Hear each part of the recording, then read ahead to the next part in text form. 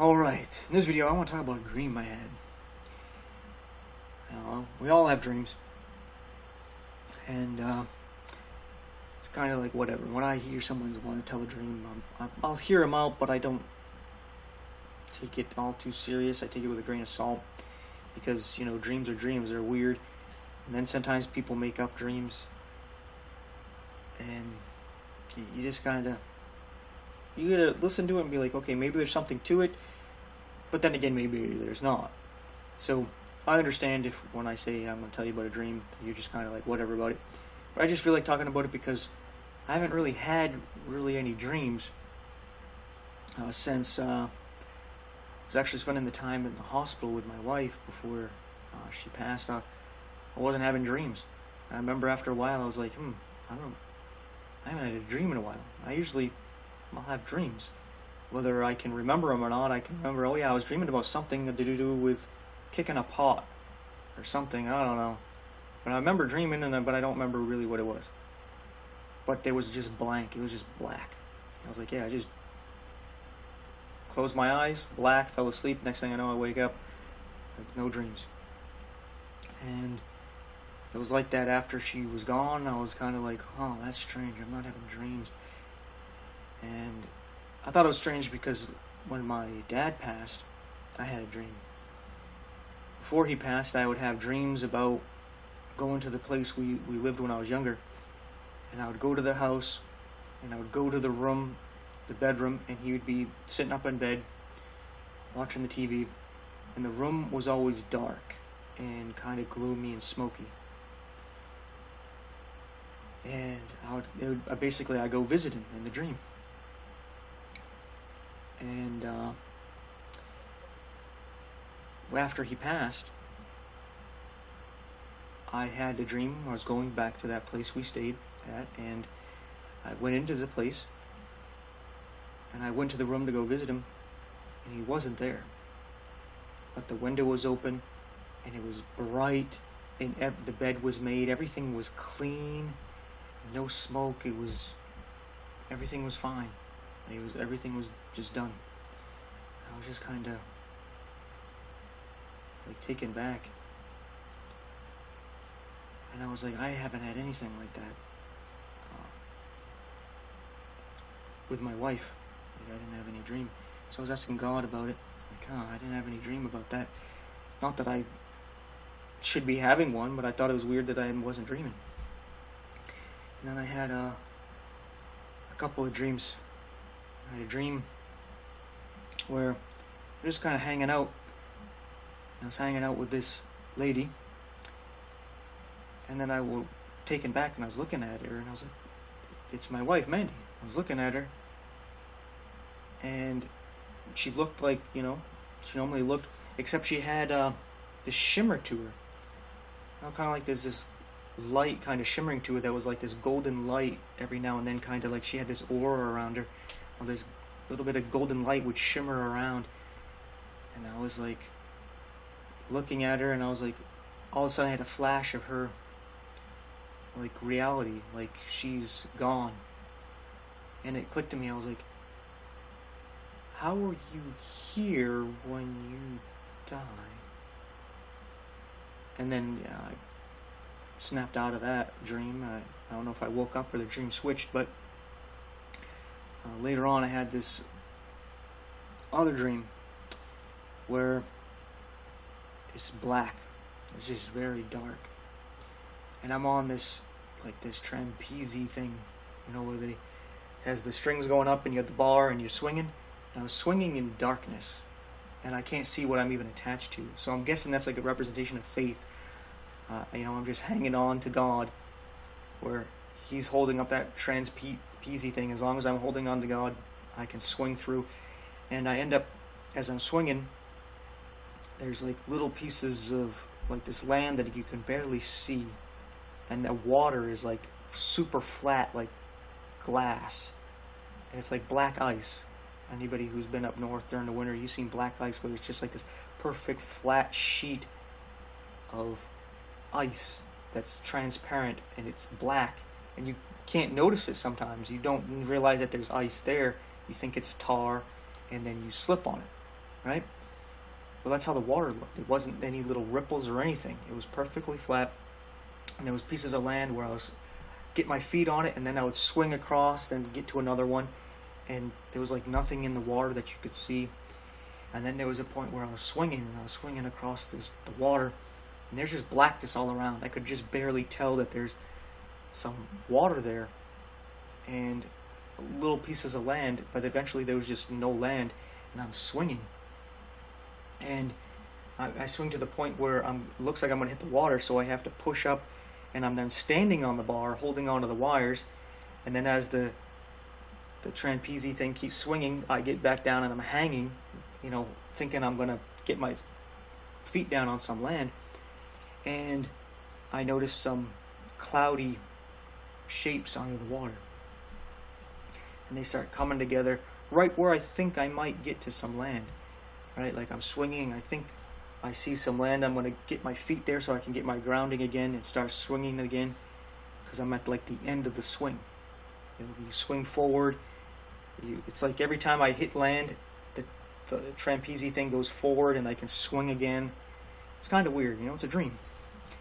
So I'm at the end of that swing thinking, okay, I'm going to get to this land, but I see the cloudy shapes coming, and they're kind of verging to like meet me where intercept me before I get to that land. And I'm just kind of looking at it, not worried or anything, but I'm kind of like, I want to get to the land before these things converge on me, because I don't know what it is. And then right as I'm coming to the land, these cloudy shapes that are under the water, it's like about 7 of them, lurch up, and they're crocodiles, alligators.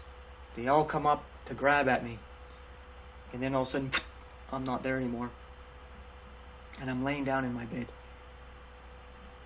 The dream continues, but I was thinking, like, what is going on there? Like I'm swinging by faith in the darkness, just trusting God, because the only thing I could really see clearly was the white ropes going up into the darkness above me in this bright white bar that I'm holding on to. And I guess that gives enough light where I can see the reflections off of the water and a little bit of the land, enough to see, but everything else is just blackness. Like I couldn't see more than, I want to say 20 feet in front of me. I couldn't see anything other to the peripherals or that far away. It was weird, right? But there wasn't really any fear or anything. And I was thinking, well, 7 alligators. I was like 7 heads of the beast, right? And right before the beast, that dragon comes up to devour the child, boom, I'm gone. Because the next thing I know, I'm in my bed where I fell asleep. And the room was very black and dark. And I could see myself, like I have some color, like a brightness to me. Not like I'm shining light, but in contrast to the darkness of the room, I can see myself, and I'm just kind of laying there. And Dana Carvey is at the foot of my bed. And there's contrast between him and the darkness all around, so I can see him. And he's talking, but I'm not really taking him seriously. Now, keep in mind, I think of Dana Carvey as a mouthpiece for like the dark side, because the last thing I really saw of him was when Tom Hanks left America to go to Greece after some allegations about being a pedo. And then Dana Carvey had some weird cryptic, I guess, TikToks or something. And people were dissecting the things he was saying.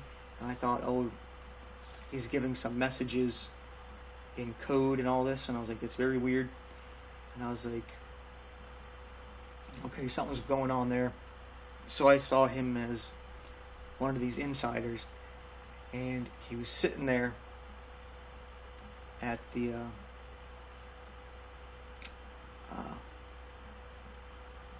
foot of my bed there.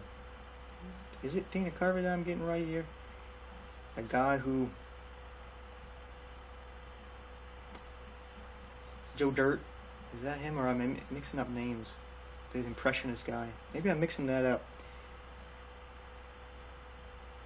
I might be mixing the names up. Those two look alike to me, I guess. But anyway, the one who did Joe Dirt, that guy, and he was there, and he was saying some things. I wasn't really focused on him too much. I was just kind of like, wow, alligators almost ate me, and now I'm here in my bed and I'm safe and I feel fine, like I'm at peace. But the way he was talking was kind of like as a mob boss, speaking kind of subtly, saying things like, maybe you shouldn't be doing those things or saying those things, or, accidents could happen. And while he was talking, I kind of lifted up my hands a little bit for some reason. I lifted up my left hand, and my ring finger, at that middle knuckle there, it was bent off. Not like broken off, it was bent and pointing off towards the pinky. It wasn't in pain or anything, but when I saw it, I was like, whoa, that's weird. And I tried to put it back in place, because I was like, oh, it's dislocated or broken or something, and I tried to pull it back, and it didn't quite go back to where it was supposed to. I was just kind of looking at it, and waking up, I was like, I wonder if that has to do with, ring finger. Is that, like, grieving, lost my wife there, so is that some kind of something to do with that? But then I was like, well, Dana Carvey was threatening me. Was he saying, stop doing what you're doing, or you're going to end up like her? And I was like, well, that's not much of a threat. I'm not really worried about that. And, but the finger, it's interesting because when my dad had a stroke, I didn't know about it. He was in Maine, I was in Texas, and I was playing pass with my nephew outside, playing pass with a football. And I was actually trying to learn to left-handed. I was trying to throw left-handed just for fun. And when I was younger and I would throw left-handed, my dad would always yell at me, "You're not left-handed," because he grew up left-handed and they broke him to be right-handed. So anytime I would do anything with my left hand, which is something I somewhat would do naturally younger, he wouldn't let me do it because he didn't want me to be left-handed, because he said life would be easier if you're right-handed. So when I was throwing, I was kind of thinking about that, and then weird thing happened when my nephew threw it, and I went to catch it. The ball hit me right on the tip of my ring finger on my left hand, and the knuckle right next to the nail there, your fingernail, it popped out of place slightly. I was like, oh dang, that hurts. But then it made me think of my dad, because my dad lost his ring finger. It's completely removed. So when it happened, I was like, I thought of my dad losing his finger. He doesn't have that ring finger, and I thought about him. So I was continue playing pass, and eventually we went inside, and my finger hurt, and I was like, you know what? I'm going to get a hold of my dad. I want to talk to him. So I called up his place, and there wasn't any answer. And I called several times over a couple hours.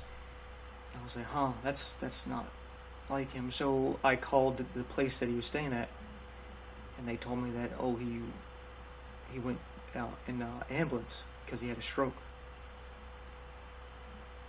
So of course I went up there to go check on everything, and it's weird. Sometimes you get those things happen to get you to think about things. So I'm not sure how to interpret all these things that I'm saying here. I just thought they were all interesting, and wondering what some people might have to say about it. But yeah, I thought this stuff was interesting. Not quite sure what to make of it, but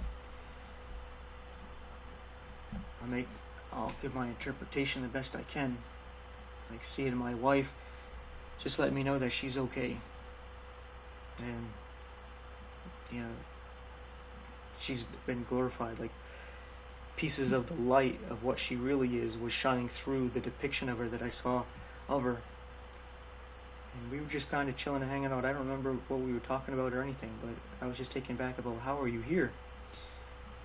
And I didn't have any feelings of worry or anything, or fear or what have you. And then the dream in the darkness, there wasn't any fear or anything. I wasn't worried about the trapeze thing breaking or I'm gonna slip. I wasn't even worried when the alligators jumped up. It was like, whoa, I saw that and then I wasn't there. as they jumped up to grab me. And then even with the being threatened, for some reason I think I'm getting his name wrong, because isn't Dana Carvey the one who does the impressions and he does them really good? I think I'm mixing up that name. I really do. I'm bad with names, really bad with names. I'm good with faces, bad with names. I don't know why. But that's just how it is. So, I think that might be a depiction of going through life. Right? You're going through life and swinging through the darkness, looking through a glass darkly, just going by faith, not by sight. And right when you think you're going to have a settled ground here in this world, Satan's going to want to try to take that away, and God's going to protect us. He's going to snatch us away, and we're going to be comfortable at home, right, in our beds. And we're not even going to care about the threats that are coming, right? After that, now the busted finger, I can't say for sure. Just thinking about heartache and stuff. Being threatened to have the same fate and all that stuff. That maybe means all of that. I don't know. But I just want to share this. I don't know if it's going to be beneficial to anybody in any way. It just might be something cool. Maybe you had dreams that affected you as well, that had to do with what's going on in this world. But I think the whole dislocating the tip of my finger playing pass and getting me to call my dad to find out he had a stroke, I definitely see God talking to me there. Hey, you need to go talk to your dad. So, I really believe that's something with this finger. Right? Something weird about it. I was also thinking whether it's busted off, it was twisted off, maybe it's saying, oh, you're not going to get married again or something. It's not a big deal. I wasn't even thinking about it, but I was thinking of all the possible meanings. And I don't know if I thought of them all. But